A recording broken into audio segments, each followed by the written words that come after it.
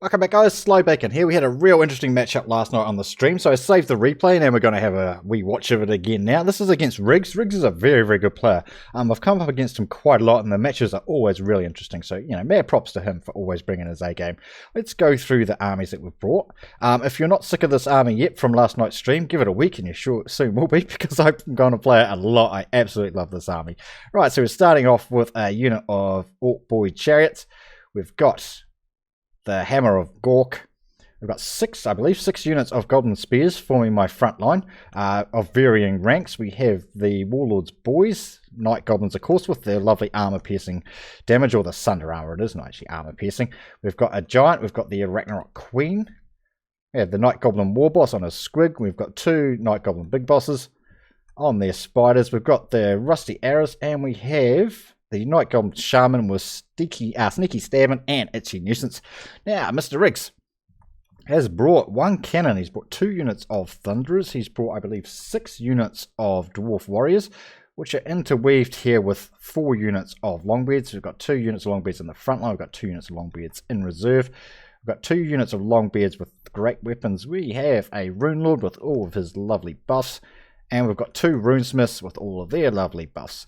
Now, the interesting thing about these Rusty Arrows is there's only 3 types of archers that actually have 90 unit models. There's the Goblins, there's the Beastmen Archers, which I can't quite remember their name, and there's the Free Company Militia, who also have 90 models, but their range is a bit shorter than the Night Goblins. Now, the other interesting thing about these Rusty Arrows is, even though they do have poison attacks, or essentially have poison attacks, that is actually overridden by the Sunder armor effect. So essentially they don't actually have poison attacks, even though it says that they do. Awesome. Right, let's get into it. Right, so the match begins with just a bit of exchange of artillery fire. Just after, I think it was after 1 round of artillery fire, I'm realizing that's not going to work for me. So I'm actually going to change my focus on try and take these guns out before my spider and stuff actually gets up into the lines. Now, the idea behind this build is to have your goblins last for as long as possible, while you have your spider, your giant, and your lord, and your 2 hero units kill off everything. Obviously starting with the lords and working your way down.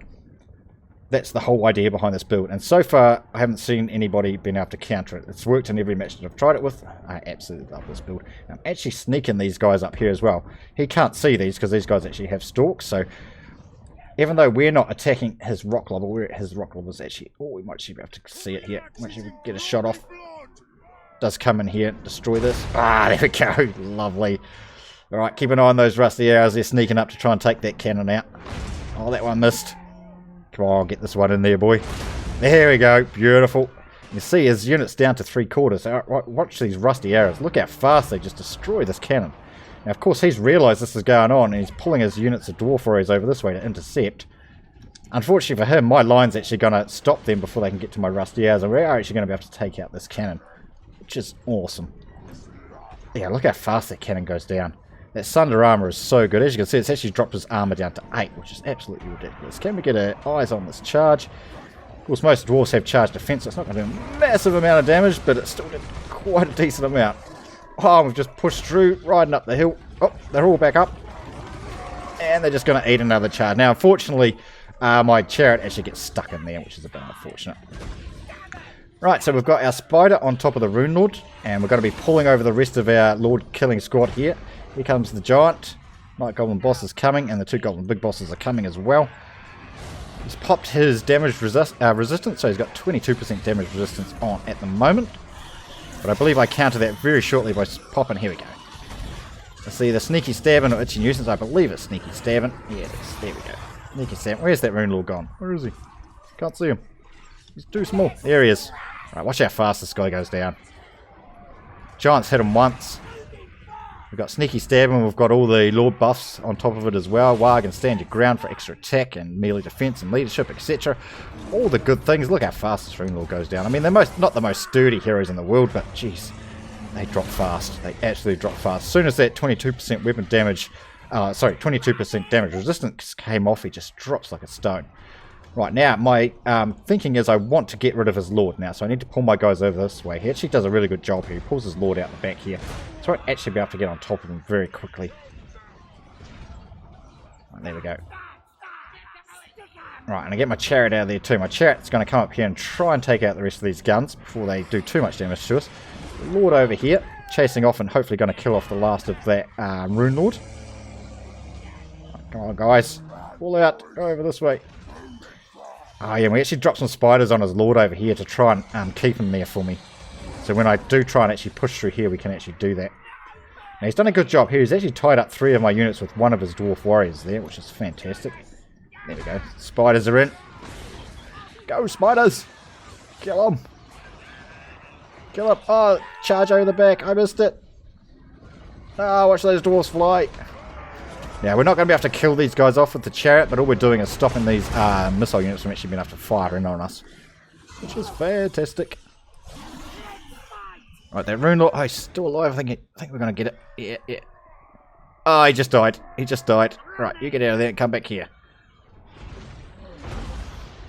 Yeah, so what I've done there, I've actually finished off this Dwarf Warrior unit, so I'm actually going to try and pull these guys in here.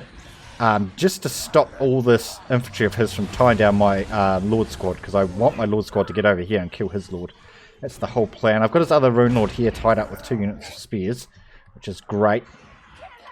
It's a good investment for me on that side. 2 units of Gobos against a Rune Lord, and I think it's a unit of Dwarf Warriors. Yeah, I definitely... Yeah, that's a unit of Dwarf Warriors. I definitely come out of the advantage on that one. Right, Giant's in. Giant's going to give him a smack around the face. Actually, nuisance comes down to stop these guys from killing my lords as we try and run through. We're trying to tie this lord up now as much as we can to stop him from running away. It's a broken unit of Dwarf Warriors there. You'll see here he actually pops his damage resistance on here as well, which is 44% on the Rune Lord. That's a massive damage resistance. There we go. Now I pop Sneaky Stab in as well to try and counter it. It's not a true counter, but any extra bit of damage we can actually pump out during this 44% damage reduction phase is actually very, very good for us. He's done a good job here. He's got a unit of guns here and a unit of guns here actually firing into the spider, which does a lot of damage. You wait until this thing drops off. Right, it's dropped off now, and just watch how fast this lord goes down. This is just the spider and the giant. This is not even with the lords in there as well. The lord's still stuck over into this melee blob.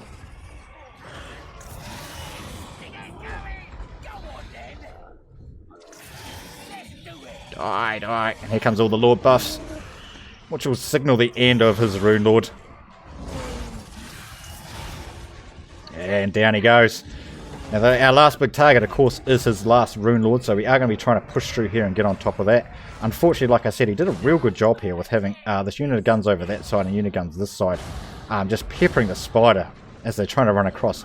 They don't have a lot of unit models left. I think he's got 21 left in that one and 19 left in that one. But it's still going to pump out a wee bit of damage. Of course, they are armor piercing, and of course the spider has a lot of armor coming in around. What's 150 armor? Yeah. As you can see, the Gobbo Spears are actually doing very well. They're holding on very nicely here. A couple of units there on about half health, which, you know, after an engagement with Dwarf Warriors is very good. Now, one of the main advantages that I have going on with the last couple of minutes of the battle is I haven't actually used my Lord's Potion yet. And you can see he's still on 75% health, so he's still very, very healthy. And of course, we're down to his last Rune Lord. The spider's taking some serious shots from those guns, man. These guys do so much damage when they get a decent line of sight. They're just peppering the giant and the spider at the same time. Oh, guns are so deadly. They're so deadly. They're so good. Oh, there's his Rune Lord. My Lord's gonna get him. Get him, Warboss. Right, and he's changed target onto my Rune Lord. Onto my Warboss, which is actually fantastic for me. I know it doesn't sound very good, but it actually is, because like I just said, I've still got his potion left, so I can still heal most of the damage that's going to be inflicted. Now, unfortunately, the spider does rout off after that couple of volleys of fire that was going in there, but my giant's going to push through and actually smash those guys in the face. Oh, I love it. I absolutely love it. Squish him! Oh, that should have been a squish. That should have been a squish. Right, Rune Lord's still alive, although not long. Yeah, stab him. Get him. Bring him down. And I brought over a spider to assist as well. And there goes his head. And there goes his head. Rune Lord is down, so we've managed to destroy the Dwarven leadership.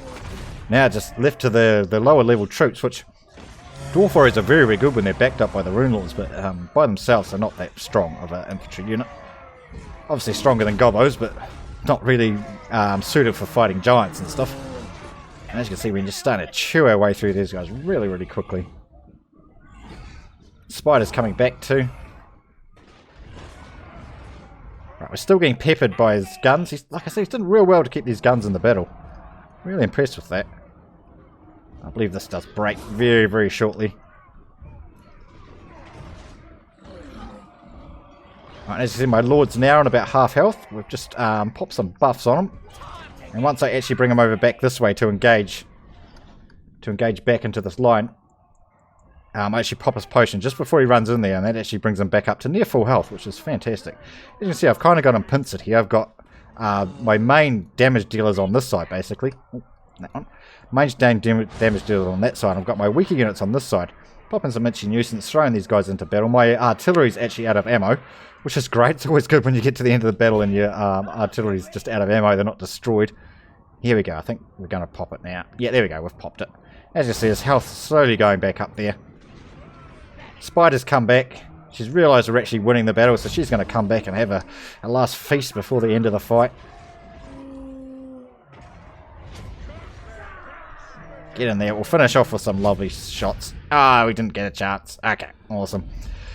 Yeah, there you have it. It was a real fun match. It was real close. It was a long one. I believe it clocked in at just under 10 minutes, 9.5 minutes, I think it was, for the actual match itself. So let's have a look at the kill numbers. Our boss did well. So did the Goblin Big Boss as well. 34 and 20 respectively.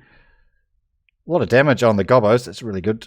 Giant, Queen, and my artillery coming with 106 kills. 51 kills on the Orc board chariots. Very, very good. Rusty Arrows only got 39 kills. But they contributed massively to this, right? They took out that cannon so early on. The cannon only ended up getting 1 kill. Did quite a bit of damage to... Well, it didn't actually. I think he was shooting the Hammer of Gorgon. I thought he did a lot more damage to it than that. He did very well with his guns there at the end. They didn't pick up a lot of kills because by the time they were very, very useful, his unit model was, of course, too low to really be doing a massive amount. But he did manage to rout off the Spider, which was good. Rune Lord got 23. The Runesmith got 56. This is the first one we killed. He got 0. We managed to take him out really, really fast. Dwarf Warriors coming with some good kill numbers there. 107 on that unit. Very, very good. Longbeards, 80 on that. 12, 43 respectively. Longbeards. Yeah, 2 units of Longbeards. He didn't have enough anti-large, was what it really boiled down to the end. He only had that 1 cannon, and he was shooting into the Hammer of Gork. Which is it's a tactical decision whether you shoot into the Hammer of Gork or into these 2. If he bought 2 cannons, it might have been slightly different. And if we didn't manage to get on top of his guns as quickly as we did, might have been a different story. But as always, Riggs, it was a great battle. Hopefully you guys have enjoyed this video. If you did, remember to like, comment, and subscribe. Thanks for watching, guys, and we will see you next time.